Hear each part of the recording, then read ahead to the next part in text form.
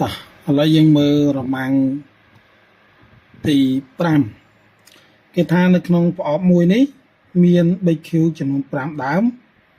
និងប៊ិចក្រហម6ដើមគេចាប់យកប៊ិចម្ដង4ដើមក្នុងពេលតែមួយចេញពីប្រអប់ដោយចៃដន្យរកប្រូក្រាមនៃព្រឹត្តិការណ៍ខាងក្រោមណាមាន A មាន B មាន C អញ្ចឹងសំខាន់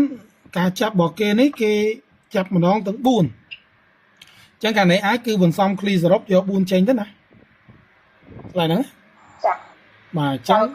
ឥឡូវយើងមើលរមាំងទី5ហ្នឹងតោះឥឡូវយើងរកករណីអាចសិន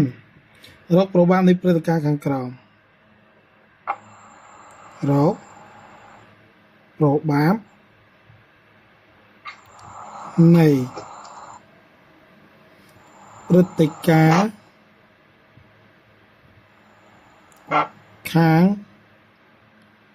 ខាងក្រោមណារកប្រូក្រាមនៃព្រឹត្តិការណ៍ខាងក្រោមអញ្ចឹងយើងនិយាយសង្ខេបតិចមកក្នុងប្រអប់មានប៊ិចសរុបសង្កេតថាក្នុងប្រអប់ក្នុងប្រអប់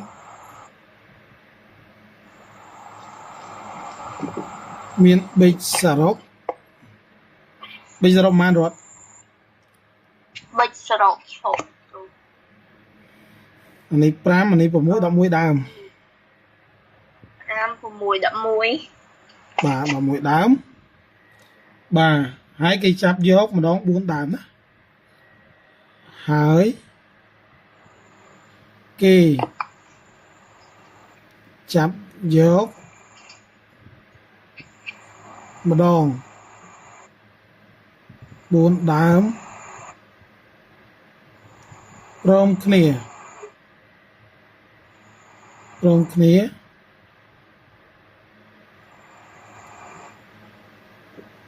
ដោយចៃដន្យចឹងនោះចំនួនករណីអាចណាចំនួនករណីអាចគឺយើងតាំងដោយ NS ស្មើនឹងបន្សំ11យក4មក NS យើង11 factorial នៅលើ n ដល់ r អញ្ចឹង11ដល់4សម7 factorial គុណនឹង4 factorial អញ្ចឹងអានេះស្មើ11គុណ10គុណ9គុណ8គុណនឹង7 factorial នៅលើ7 factorial គុណនឹង4គុណ3គុណនឹង2មកអញ្ចឹង7 factorial និង7 factorial យើងធ្វើម៉េចសម្រួលចឹងមកណា2ស្រួលនឹង10សល់5 4ស្រួលនឹង8សល់2 3ស្រួលនឹង9សល់3គុណនឹង11បាទដល់ពេលយើងគុណនឹង11អញ្ចឹងយើងបាន30គុណនឹង11នេះ5គុណនឹង2ហ្នឹងវា10គុណ3 30គុណនឹង11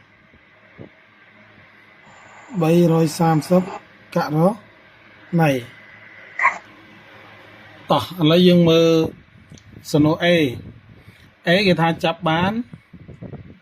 ប៊ិច Q ទាំង4ដើមណាអញ្ចឹង A លោកគ្រូឆ្លងមកតពណ៌ទៀតទៅ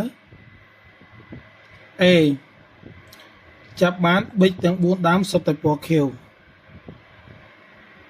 ចាប់បានប៊ិចទាំង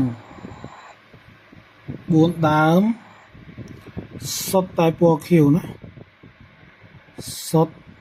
តែពណ៌ខៀវ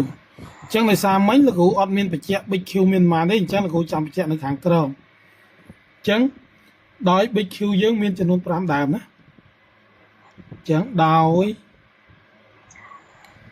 បាទប៊ិច Q មានចំនួន5ដើម នោះអានអេចំនួនករណីស្របស្មើនឹងបន្សំ5យក4ព្រោះគេយកទាំង4ដើមអញ្ចឹងហ៎អញ្ចឹង5យក4ស្មើនឹងប៉ុន្មានតែពិតស្មើប៉ុន្មាន5យក4បើយើងអត់ប្រើរូបមន្តស្មើប៉ុន្មានស្មើ5បើយើងដាក់តាមរូបមន្តក៏បានដែរឥឡូវដាក់5យកមកណាស្មើ5អូខេអញ្ចឹងស្មើ5អញ្ចឹង5ករណី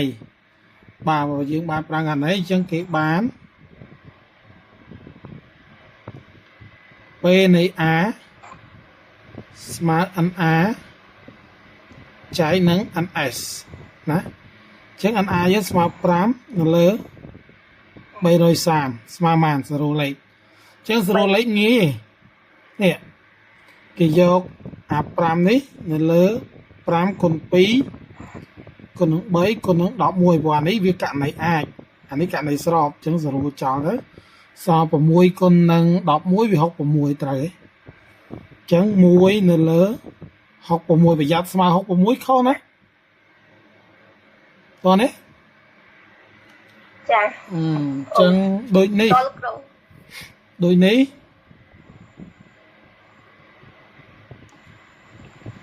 ពេលនៃ a ស្មើ1នៅលើ65មួយ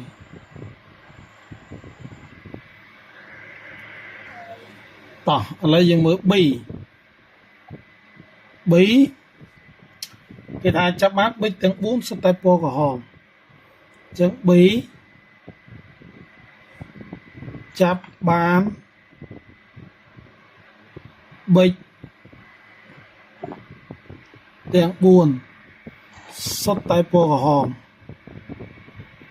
សុទ្ធតែពណ៌ក្រហមអញ្ចឹងអត់មើលណាអញ្ចឹងដោយប៊ិចពណ៌ក្រហមយើងមានបានដើម6ដើមអញ្ចឹងដោយ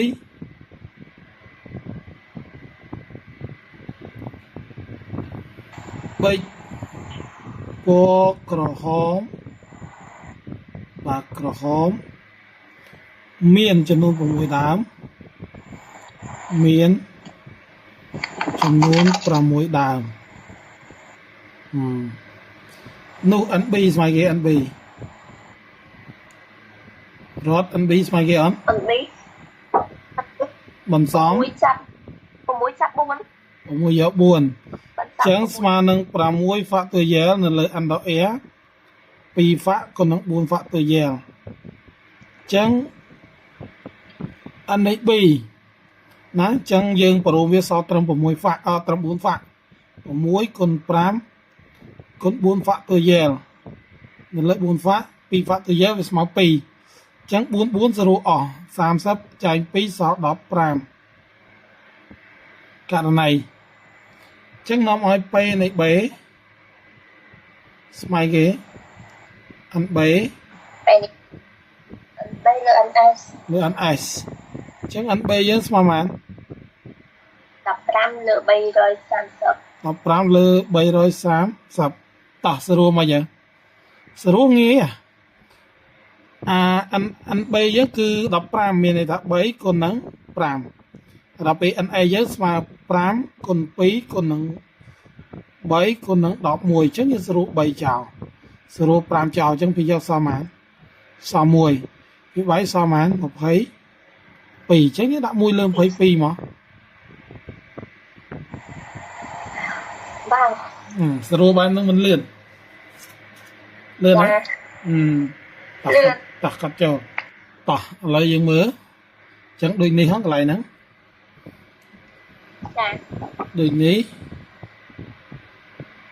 ពេលនៃ b ស្មើ1នៅលើ22មិញហ៎ចាគូបវាស្អាតចឹងមកតោះឥឡូវយើងមើលលំហាត់ C ណាអក្សរ C អក្សរ C ចាប់បានប៊ិច1ពណ៌ក្រហមនិង3ទៀតពណ៌ខៀវចាប់បាន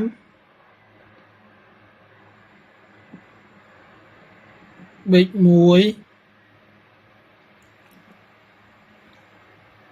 ពណ៌ក្រហមនិង3ទៀតពណ៌ខៀវអញ្ចឹងនោះ NC ស្មើគេ NC អញ្ចឹងក្រហមយើងគេយកប៉ុន្មាន1 ក្រហម បន្សំ6យក1និង3ទៀតពណ៌ខៀវបន្សំ5យក3អញ្ចឹងហ៎អញ្ចឹងនឹងគឺគុណ6យក1ស្មើប៉ុន្មាន6មិនដឹង អញ្ចឹង5យក3យើងប្រើរង្វាន់5 factorial នៅលើ n ដល់ a 2 factorial ក៏នឹង3 factorial សំទោសនេះ nc ណា nc ស្មើ6គុណ5គុណ4គុណនឹង3 factorial នៅលើ3 factorial គុណនឹង2 2 factorial ស្មើ2ណា nc 3 គេ0អស់ណាអានេះយើង0ទៅស្មើប៉ុន្មានសល់3 3គុណនឹង20ស្មើប៉ុន្មាន60ករណីអញ្ចឹងនាំឲ្យ p នៃ c ស្មើនឹង nc ចែកជាមួយនឹង ns 60លើប៉ុន្មាន330 60វាស្រួលទេវាស្មើប៉ុន្មាន60មិនវាស្មើ2គុណ5គុណនឹង4ដល់ពេល ns យើងមិញប្រហែលអានេះមិន2នេះណៃយើងមិញនេះ2គុណ3គុណ5គុណ11មិនអញ្ចឹងហ៎2គុណ3គុណនឹង5គុណនឹង11នេះរត់អីគេ2គេ0អស់5 0អស់មិនអញ្ចឹងចឹងវាយកសល់ប៉ុន្មានសល់4ភាគ3សល់30នេះចឹងអានេះស្មើនឹង4នៅលើ30គេស្រួលចឹងឃើញចឹងដូចនេះពេលនៃ c ស្មើនឹង4នៅលើ33យល់ទេបងណាយកលោកគ្រូ